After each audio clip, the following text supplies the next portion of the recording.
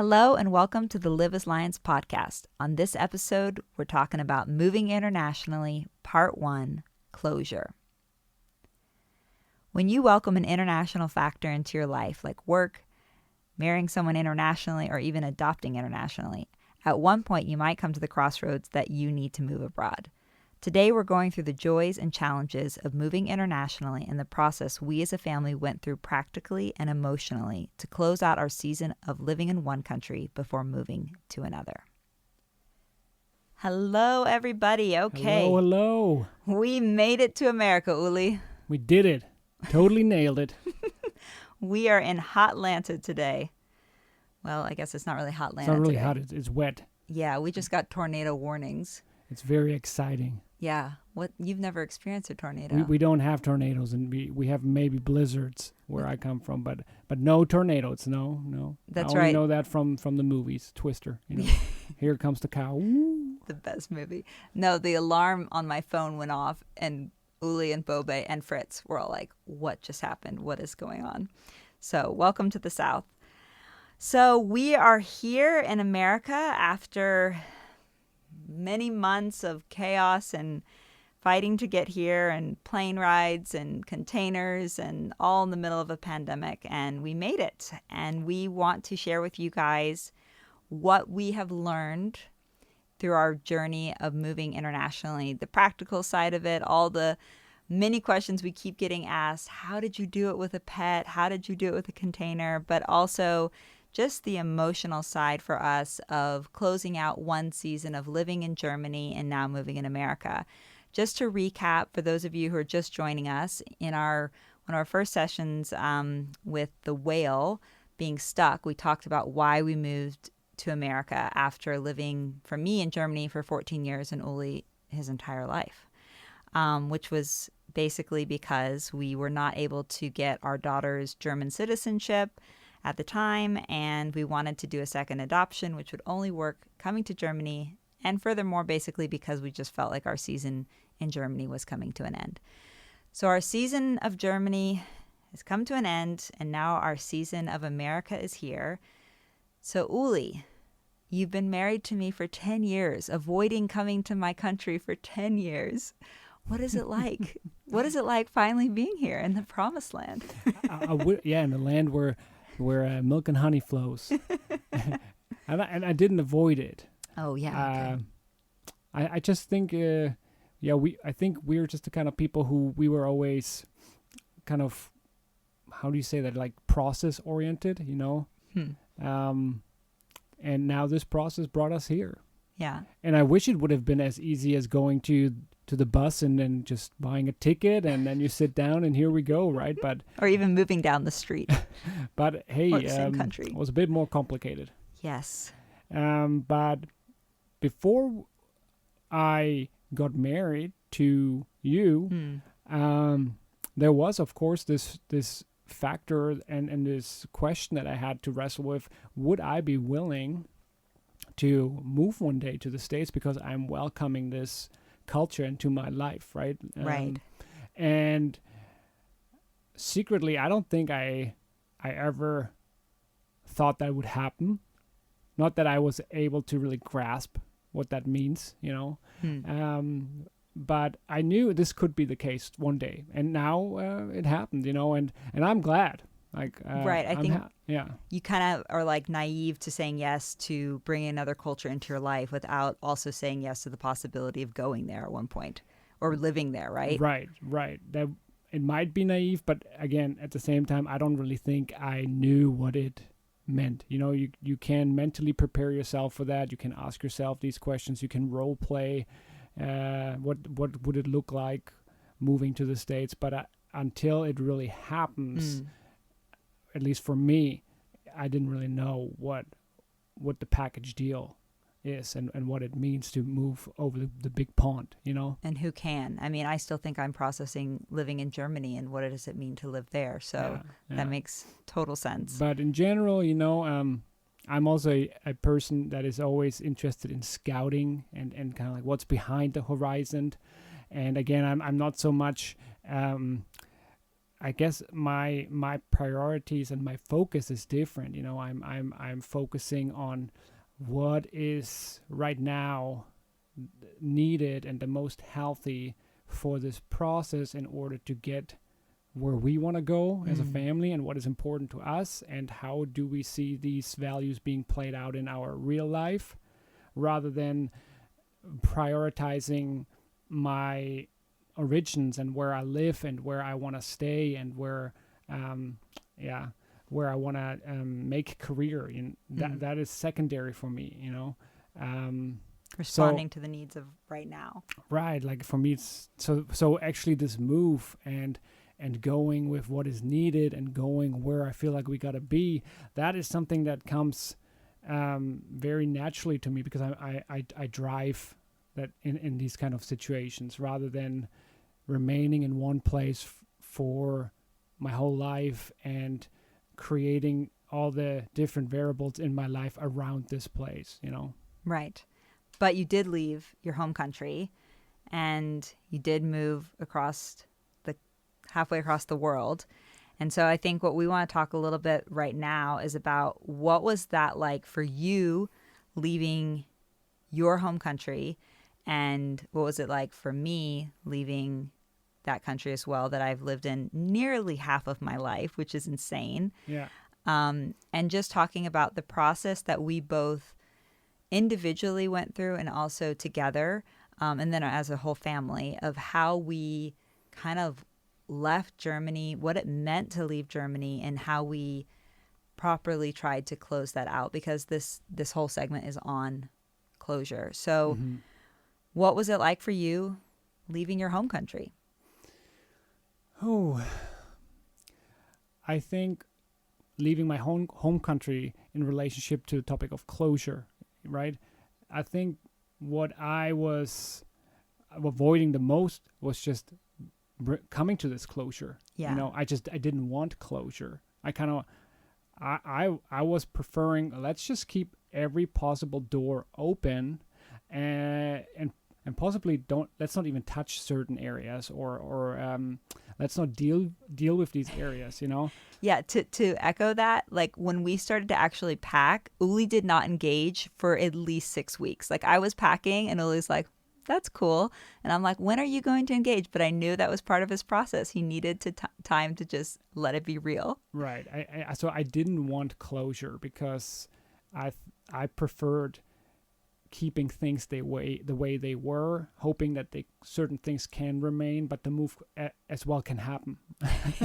You know, I want it all. So, I think that was an interesting process, and in this process, I realized, you know, saying goodbye. So that was a big part, saying goodbye to many things, right? And I realized, you know, it wasn't so hard for me to say goodbye to the typical German things, so the cultural things, or the food, or the customs, right? The really hard things were people, and so always thinking about this closure and this move. I didn't have a problem leaving things behind, but I had huge issues leaving people. Always, you know? Yeah. And that was for me why I avoided closure. Saying goodbye, yeah, and saying. So it's also like, hey, I'm not saying goodbye. I'm saying see you later, right? So this, I'll be around the corner. Like, oh, I already have tickets back. It's round trip, you know. So I already know when I will be back here to see you, right? Actually, we only did one way. We don't, but we did that for that reason. But these kind of dynamics were suddenly very important to me. Kind of like, okay, how can I make sure people know I love you? Right. You know, I'm not leaving because of you. I'm not leaving without any worries. I will miss you. Right. I love you. This is not easy for me because of you. But at the same time, I know I need to do this because I don't see myself here. I do not have the perspective to be here. And if I could just all day just hang out with you and enjoy life, hey, let's stay.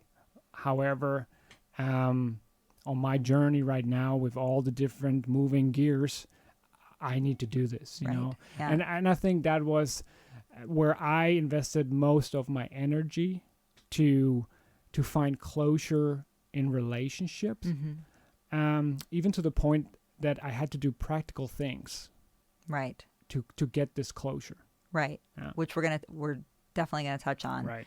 But I think like with that, the issue was as we were realizing that this was real. This wasn't just we're hopping over for a few weeks or even a few months, that we were actually realizing this is a move. And that whether or not we will return back to Germany, that this season of living in Germany was coming to an end.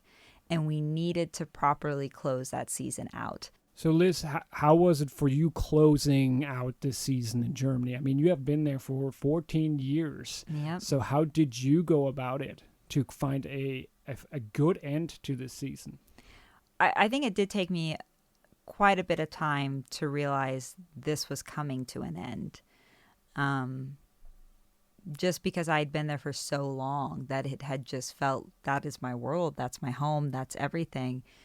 And then layered on top of that, the concept of leaving this country that felt like home to go back to what is known as my home country was just a lot of emotions. But like I said, it really was that moment where we realized we have to close this. We can't just, go with all these things, all these loose ends. We have to actually bring it to an ending of this season in Germany. And so I think I was at a very different place than you. I think we were both going through a lot in that season. But I was pretty angry when we moved or decided to move to America with Germany. And that's hard for me to talk about because I love Germany. I love some of my most favorite people are from there. My husband's from there. My family's from there. My He's best, a nice guy, yeah, that guy. He's a pretty cool guy. My best friends are German. So it's hard for me to kind of, talk about. I was just in such a bad place with the country and the culture, but also it's my most treasured place at the same time. Right. So I think with everything that went on with the courts and with our process and just left and right, just feeling I just can't win here. I was so angry that I was just ready to leave. Also kind of angry and, screw you, Germany. I'm leaving. I kind of had this mindset of like, you could have had me. You could have had the best, but I'm leaving you behind. Like pigs to the pearls to the pigs. Yes, pearls to the pigs. But I think more so I realized I was just so beaten down and broken. And I didn't want that to be how I actually ended my season. Right. Like I remember a ongoing theme was that we every day said, hey, we got to make sure we don't have any loose ends. Yeah. And we had to ask ourselves the question, how does this look like in this area of work relationships? Right. In this area of family and friends relationships? How does it look like in relationship to our belongings? And all these things, we always said, okay, where do we still see loose ends? Where do we still need to make sure there are no loose ends?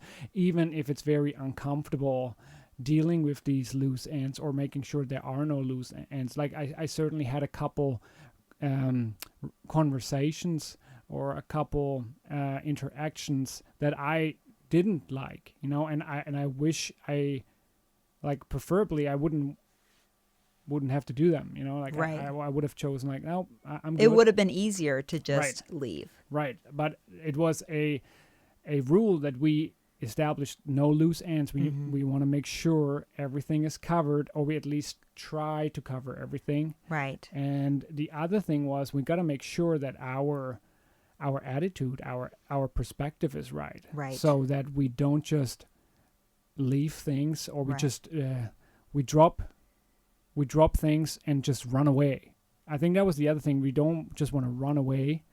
And we really had to find a good balance. When is it a good time to fight? Mm-hmm. When is it a good time to try harder, to fight for better solution, to believe in good results, to have hope? And when is it time to say, you know what? Now is the time to move. Now we got to let it go. We got to change strategy. It's almost like a boundary was crossed, right. or something went to a point where we said, okay, now it's time for plan B, or now we need to come back to the drawing board and reassess. And that was a interesting dynamic for me to always keep these two things in mind. Okay, no loose ends, right. But at the same time, I'm not just going to run.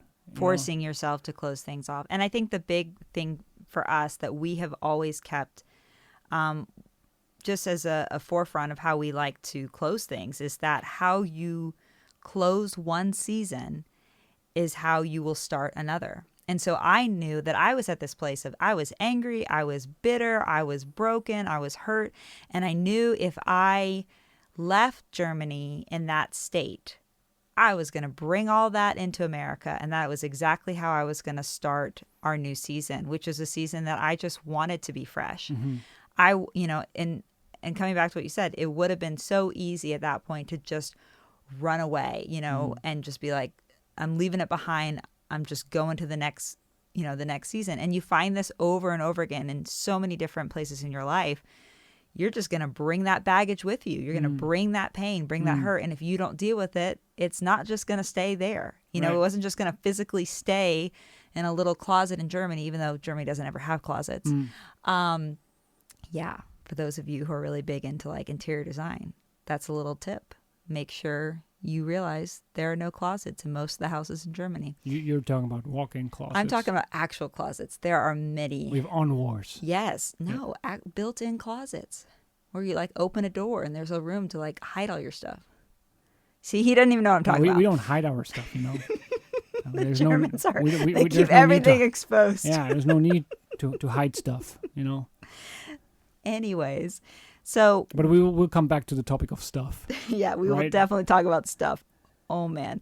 So I think that with closing one season, the way that looked for us was going through every area of our lives and really saying, how do I leave this so that I'm not taking it with me in a negative state to our next season? So for me, at the beginning, it was really me asking the hard questions of, are there any relationships that I feel like I need to make amends, confront something, ask for forgiveness, forgive?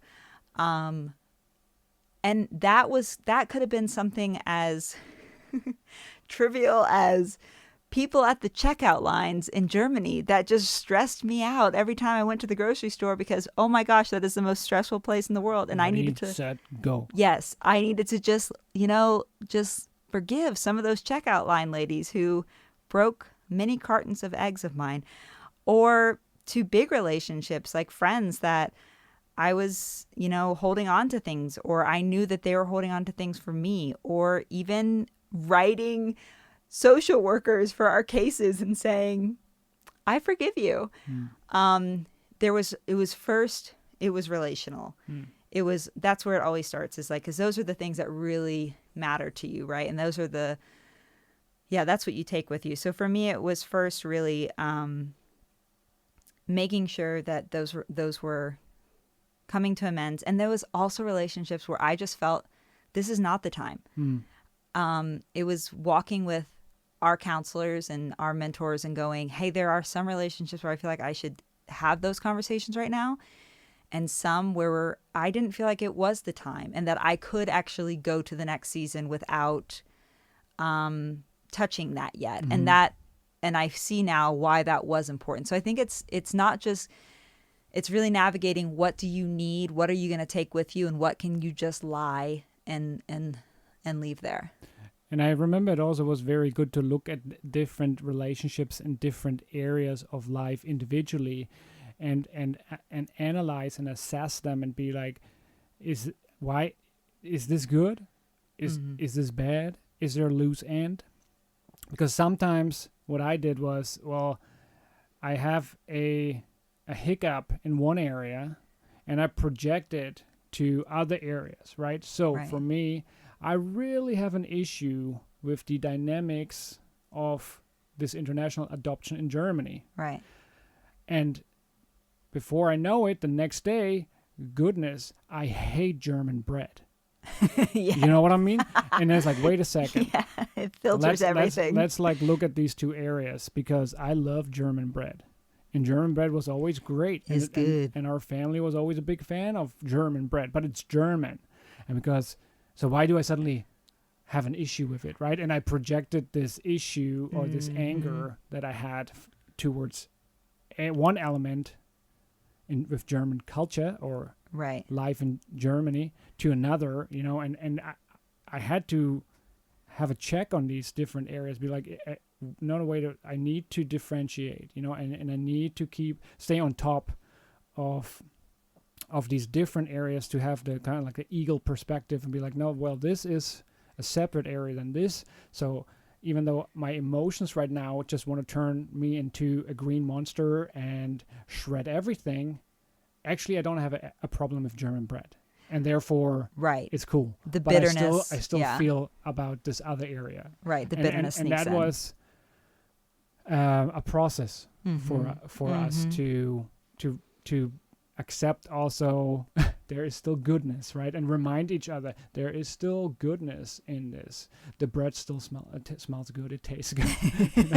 But to also acknowledge, well, this is not so good, and it makes me feel like that, not good, I think that's absolutely right. And I think what we did with that was we said, okay, we need to put our family in a position where we deal with the hard things, we confront the hard things, whether it's relational or cultural or whatever, to get to the place where our last season of Germany is just so positive. And we did something that was really, practically speaking, it was really rough, or we thought it was going to be really rough on our family, but it ended up being one of the sweetest, best things we could have done, which is before we moved to the States, we packed up our home, we got rid of we let our house go, and we moved to Uli's hometown for 2 months before we moved to America.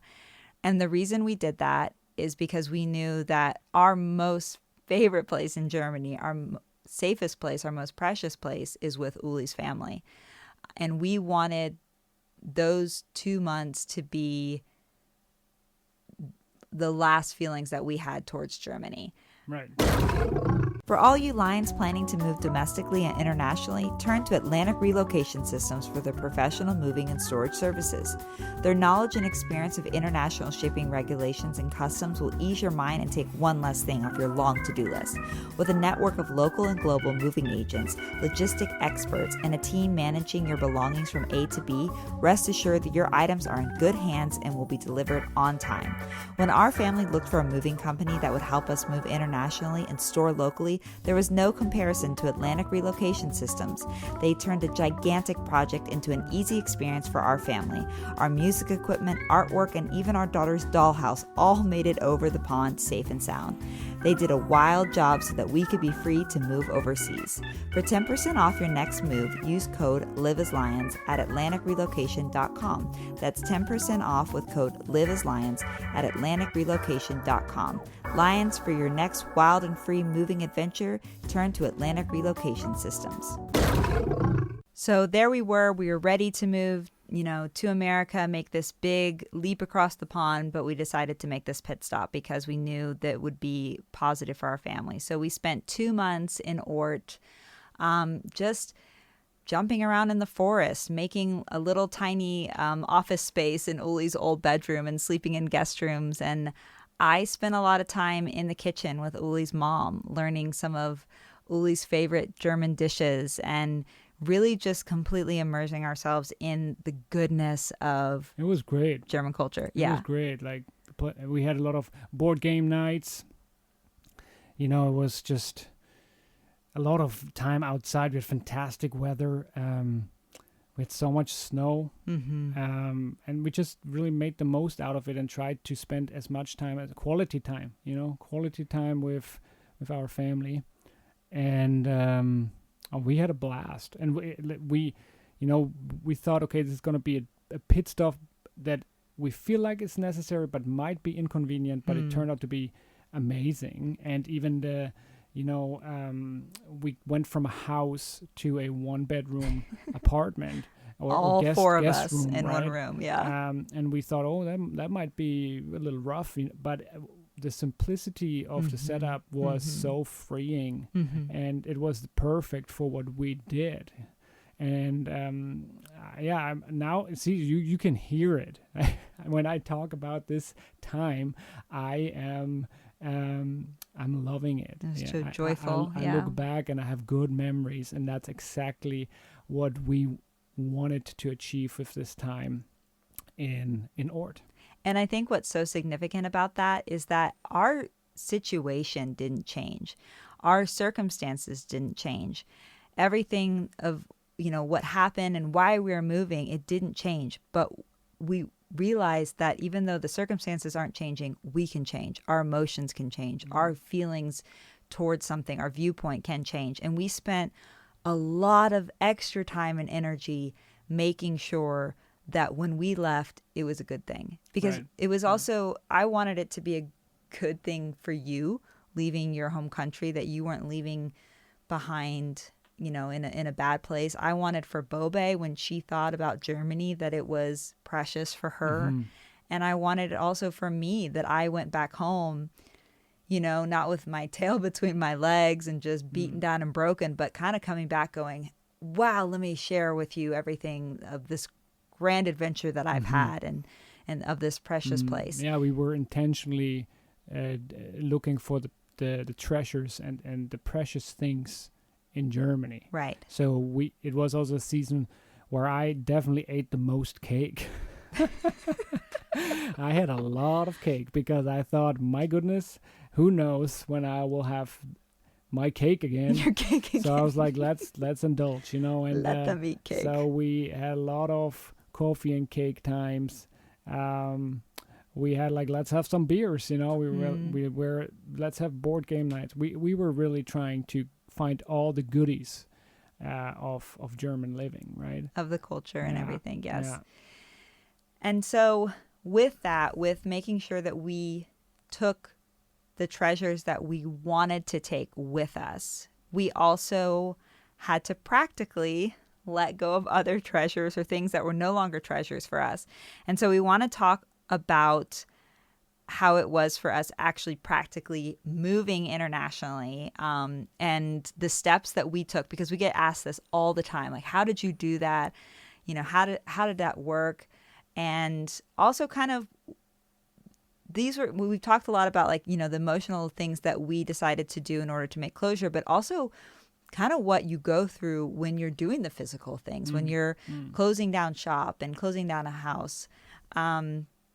And as well as the practical things become easier if you take good care of your emotional side, right? Like bringing all this trash to the trash so much dump. Trash. It felt easier just making sure I'm good with all my relationships, and emotionally, mentally, I'm good. And I wanted to real quick talk a little bit to bring up this concept of cycles. Okay. Right. So there's a therapy that's called Gestalt therapy, and it picture a circle, and every circle is a process that you start.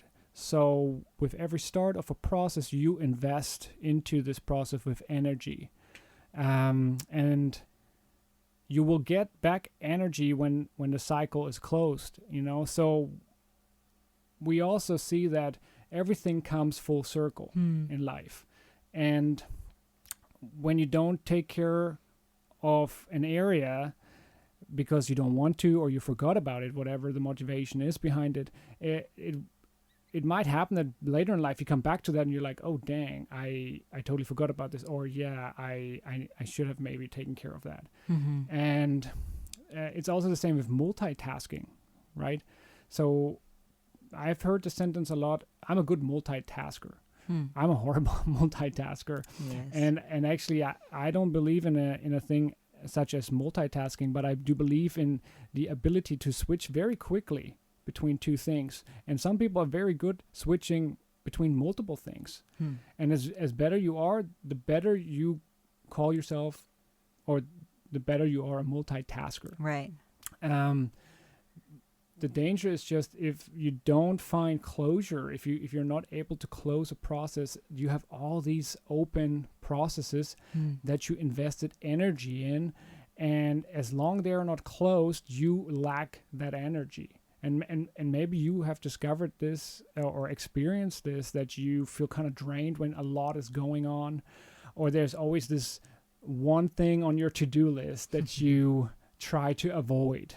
And you push it back, you push it back, you push it back, and it's getting dreadful, and you feel how it like gives you bad mood, and then you just finally say, whatever, let's do it. You do it, and you're so happy, and you feel like, wow, I could make air jumps, I could go work out now, and suddenly you feel energy came back. So that's the case with cycles and processes, that a closed process will give you back energy that you invested in the beginning to even start it. And so in our case, with the emotional side as well as with the practical side, we came back saying, where are loose ends, where are open processes, how many can we take care of, and what needs to be taken care of first, so we can actually have more energy for the ones that are still open. Absolutely. Does that make sense? Yeah. And I think, so one of the things that was super helpful for us was in our house, we made a ginormous to-do list. I love a good list. I love to see everything on the wall. I love to check it off. It's that closing of the circle for me. It's like, okay, we did that. Check, check, check, check, check. If I talk about a list with Uli, he's like rolling his eyes at me. I'm more like, okay, Liz, if you really need that stuff, but every I can time, work with the list. yes, Gosh. But then secretly, I'm the one who's just thriving. Yes, thriving on the list. He's like, check, check, check. I did it. Oh, because I know. I think for me, it's like, oh, if we make this list, I actually need to get to work, and I actually need to deal with closure. And okay. Yes, at week 6, I was like, you will start packing. So I think that is where it comes to, our practical side of just what it meant to move. I think if you've never moved internationally, I think your only thing that you can compare it to is a time in your life in which you've moved, and maybe that was down the street or to a different neighborhood or a different state or somewhere, across country. And every time you move, I think everybody can agree, even if you're just taking a suitcase or your whole home, it's stressful. It's something new. It's that to-do list. But what it felt like for us with moving internationally was like shutting down our entire lives and then starting them back up again.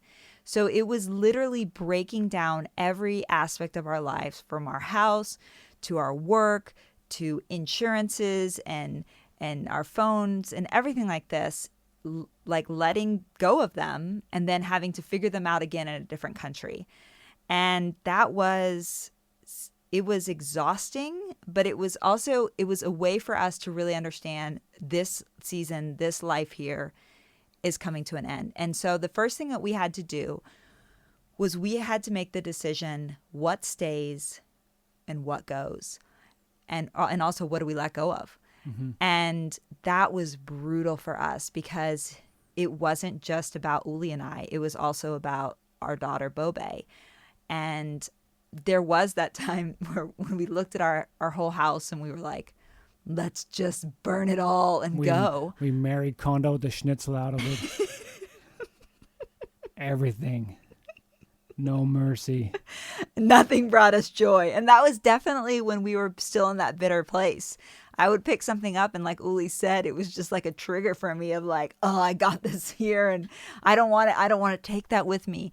But really, as we went through that process of closure and getting to a healthy place, we were able to look at everything in our home and go, could we actually take stuff with us and should we? And I think what was big for us was so many people were saying, you can just buy a new sofa, or you can just, buy a new bedroom set for Bobe or her toys. You can do that over again, sell it and go.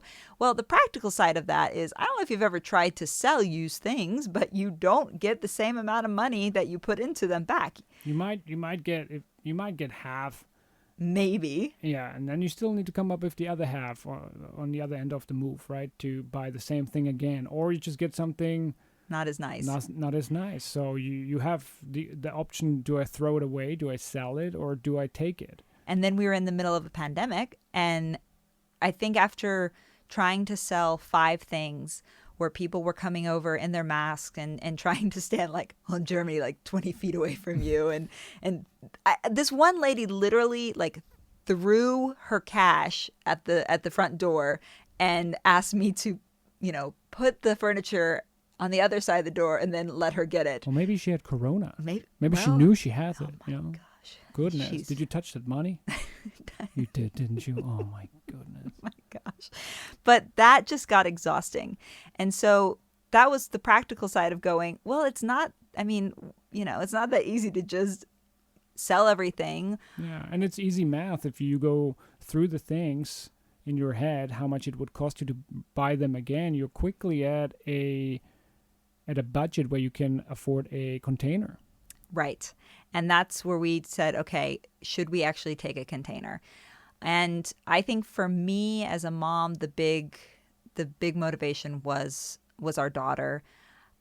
Kids get really attached to their stuff. Bobe was really attached to her stuff and to her room. And I knew that moving was going to be just a huge thing for her. And to actually try and make that as easy for her as possible and to bring her stuff, I knew that would be just really, really important for her. So we made the decision to get a good size container and bring, I would say, like a third of our stuff. Well, and we started with like, what's the smallest size? How many boxes can we make fit? And all right, what do we really need? Okay, Bobe's room and the bikes. Okay, maybe my guitars. Bobe's room, the bikes, and the guitars. Okay, maybe Bobe's room, the bikes, the guitar, and the dining room.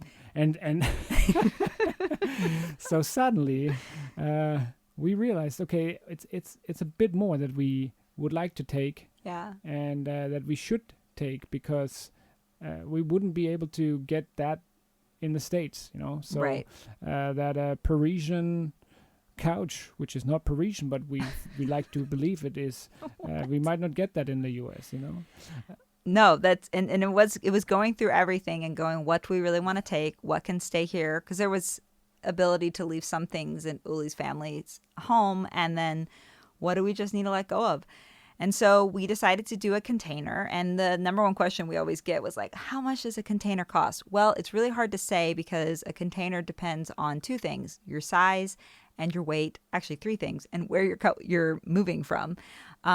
So they can range from anywhere from a few square feet, which is like around $2,000, up to like a 20-foot container, which can be like $10,000. And if you're moving a whole household, you might need 1 to 2 containers or even more. So yeah, they can really range in different prices and what you're looking for, but try to keep your stuff as light as possible because then you can put more things in there that you want. So and it's nice. They come into your house, they pack the stuff up for you, they wrap it up, they bring it out, and trust me, I have moved so many times. I have moved 13 times in the last 10 years.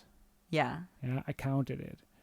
And Jeez. Every move, what's wrong with us? I had to do the move, Yeah. And I'm talking about 3rd floor in Germany, no elevator, Yeah, which is really having a 4th. wife who's in love with old German furniture that you cannot take apart because it doesn't even have screws. So here you are hauling like Frankenstein's monster up the third floor, and so I was. That was playing in my head when we talked about moving, Right? and I was like, I don't think I can do it anymore like that, especially not during Corona, emptying out a whole house by myself. Maybe one friend can come over, Well, that was it. That was our issue, was that actually only one person was allowed to come and help us Right. move. And then it was days before the guys were supposed to come that they changed the lockdown restrictions. And we actually thought this isn't going to happen. This is going to work. But they were actually able to come. And the funniest thing was, so we were sitting there thinking we're going to have to like help them put everything in the boxes. But when they arrived, they were like, no, don't touch anything because not allowed actually to. legally we Yeah. need to do it. So because we are the ones who Are insured. are insured. And so they were packing up everything, and Uli and I were just sitting in this one room for hours, like Drinking coffee, what do we watching do? them. Oh, look at this! That's my couch. Oh, And- look at this guy! He's now carrying Frankenstein monster, and he's just having a hard time. Oh man, it feels good just to watch him. slurp, slurp.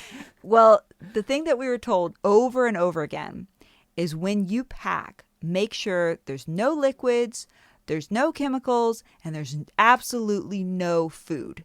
Because if there are these things, then when you ship over the container, you're going to get stopped at the duty. at the duty. At the No, duty. you'd think about the duty free. No, at the customs. The customs. Everyone just had a moment there. So I'm sitting there going, okay, we're fine. I got rid of, pretty much all of our food. It's already packed up. We're good to go. But I had, I'm hospitable. And so these men were coming into my house and I thought, okay, let me just put out some pastries, put out some coffee, and put out some sugar. And I put out the sugar in my little sugar bowl that I was planning on, just bringing, like tossing at the end. And so they packed up everything and I said, hey guys, have you had a chance to have some coffee yet? And they said, oh, no, let's have a little coffee break. And they go in the kitchen and they said, do you have any sugar? And I looked on my counter and my sugar bowl was gone. And I said, there was a little white bowl here full of sugar. And the guy said, oh, I packed that. I thought that was part of the kitchen. And I was freaking out because I was like, we're going to get stopped. We're going to get taxed. Nothing's going to go through because of the sugar. Sugar. And for 6 weeks, all I was thinking about was that sugar bowl. I found it. Yeah, we found it when we arrived in Atlanta. We opened our box and there was the sugar. It made it all the way over. And the thing is also we had to pack. So we had different categories. We had sell, shred, bring it to storage in the U.S., bring it to the new apartment in the U.S., and leave it in Germany at my parents' place. Right. So it wasn't just take everything and bring it to the next place. It was very structured and planned through. And I still don't know where what is. Like Half our stuff I is. don't know if certain things are in storage in Germany, in the U.S. I don't know. Right. And it will be like Christmas one day where I'm like, oh, I forgot about this, But it was enjoyable to just go through this process, working with people Yeah. and finding solutions, especially during Corona times, that made this whole thing work. Right.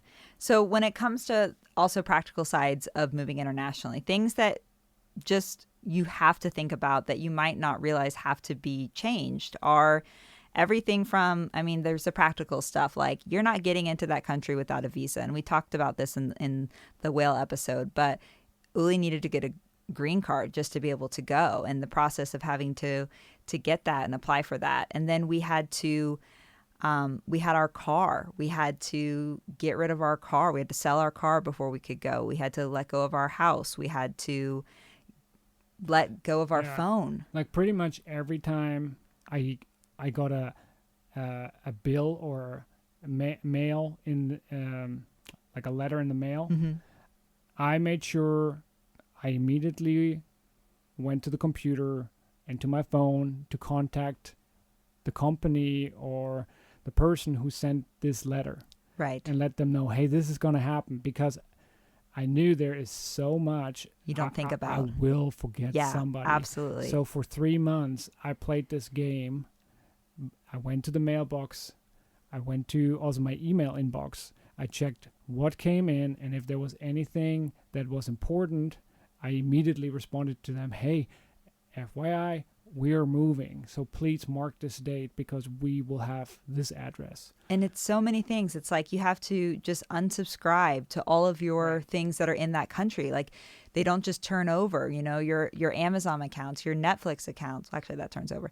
But all these different things that you think that you've subscribed to, and they're in that country, and that no longer is going to just transfer over. Right.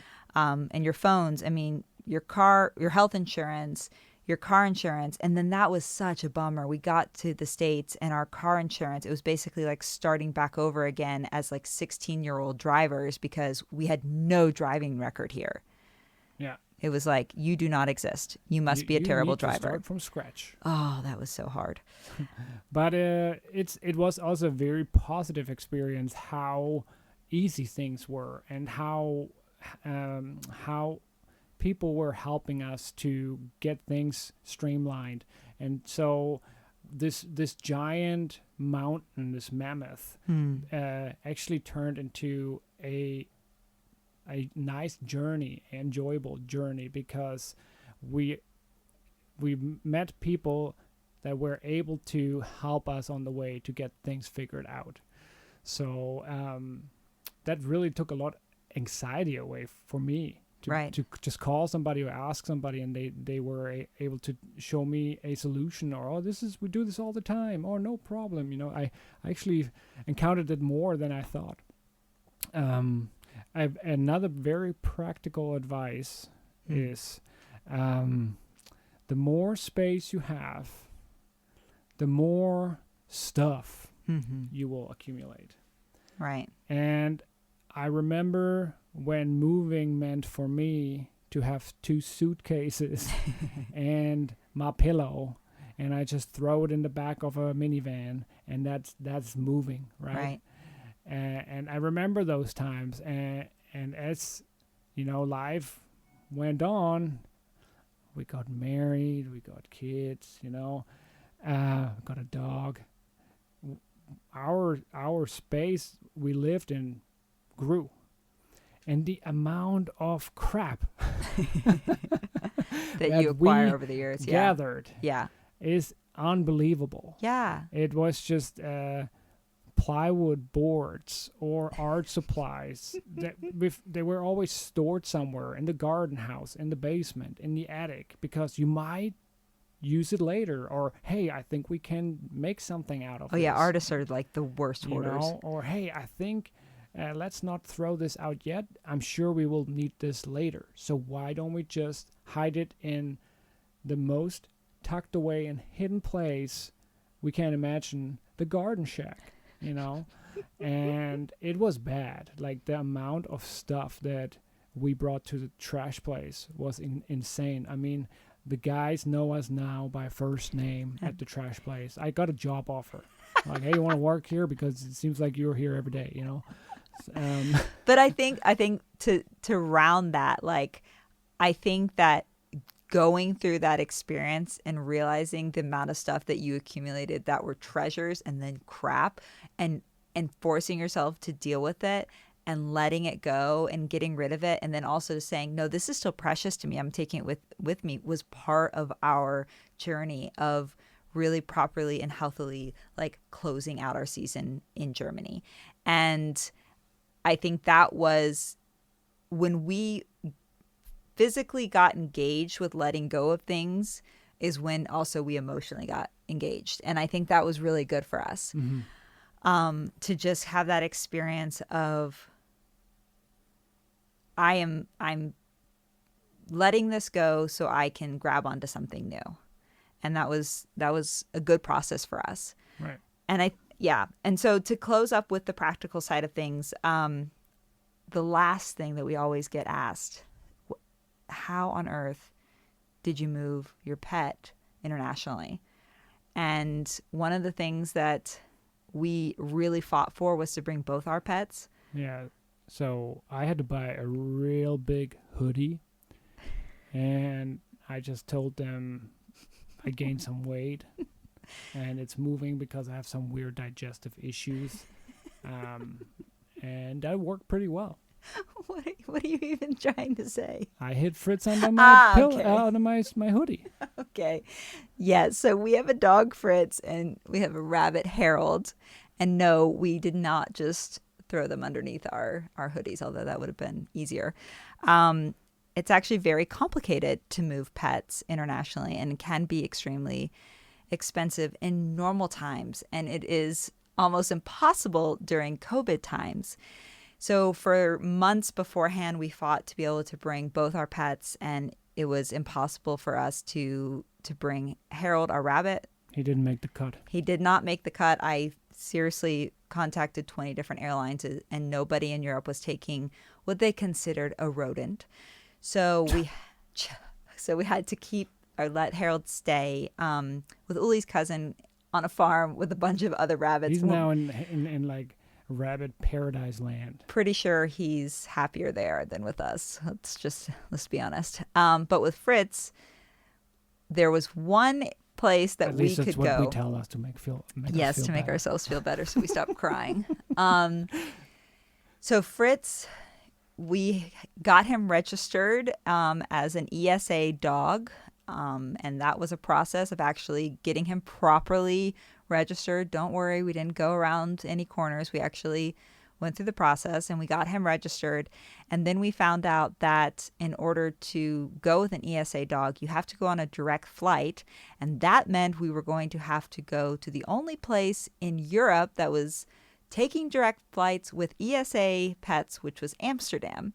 So we ended up having to drive before our flight 8 hours to another country to fly out of Amsterdam direct. But it was great once we got on the plane because nobody was in our flight, and Fritz just had the whole row to himself. He didn't have to be in a carrier box. He was able to just lay on the floor by our feet, and he made it. So if you don't have a registered ESA dog, which most people don't, then you're going to have to find an airlines that does a cargo pet, which our dog wasn't legally allowed to. Yeah, that's important to say. Yeah. We had to go this route because Fritz is a pug. Yeah. So he has no nose. Yeah. And when you put a pug into the cargo bay, he might not make it because I guess air pressure is different there, or I don't know. But pugs have issues breathing, and the cargo bay is not as safe as the passenger's cabin. Right. Therefore, we had to go the route that Fritz had to be with us all the time. So, and we had to do ESA because he was 2 kilos too fat to be considered as a lap dog. We had 2 rolls too many. I told him to stop eating that German cake, but he was just following his master. Yeah, well, I couldn't stop him. You know, I would have felt like I'm a hypocrite. You know. Yeah, of course. So we brought Fritz. We made it here, and it's been months of just a lot of checking off boxes, closing circles, and really bringing our season in Germany to an end. And I remember our last couple days. They were such precious because Uli's family, they made us this incredible meal. It was our last meal together.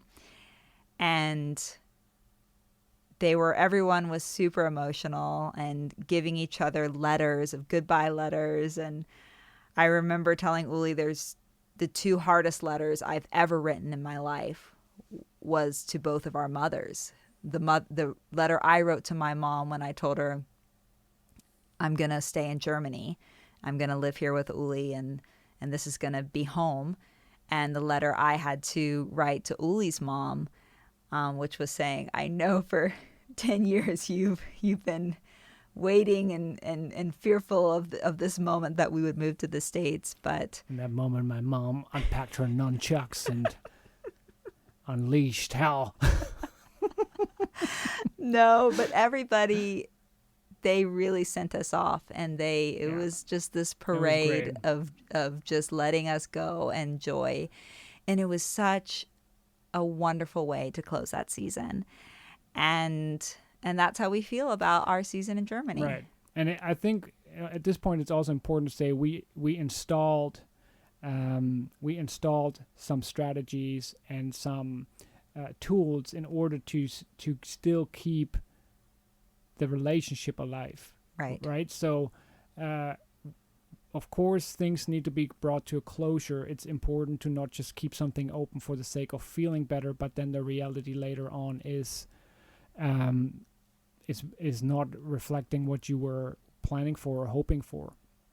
Like maybe you have a great time at a seminar, and at the end of it you tell everybody, okay, let's stay in touch, but you don't stay in touch and then you feel bad about it, because the reality is you just said that in order to make everybody feel better.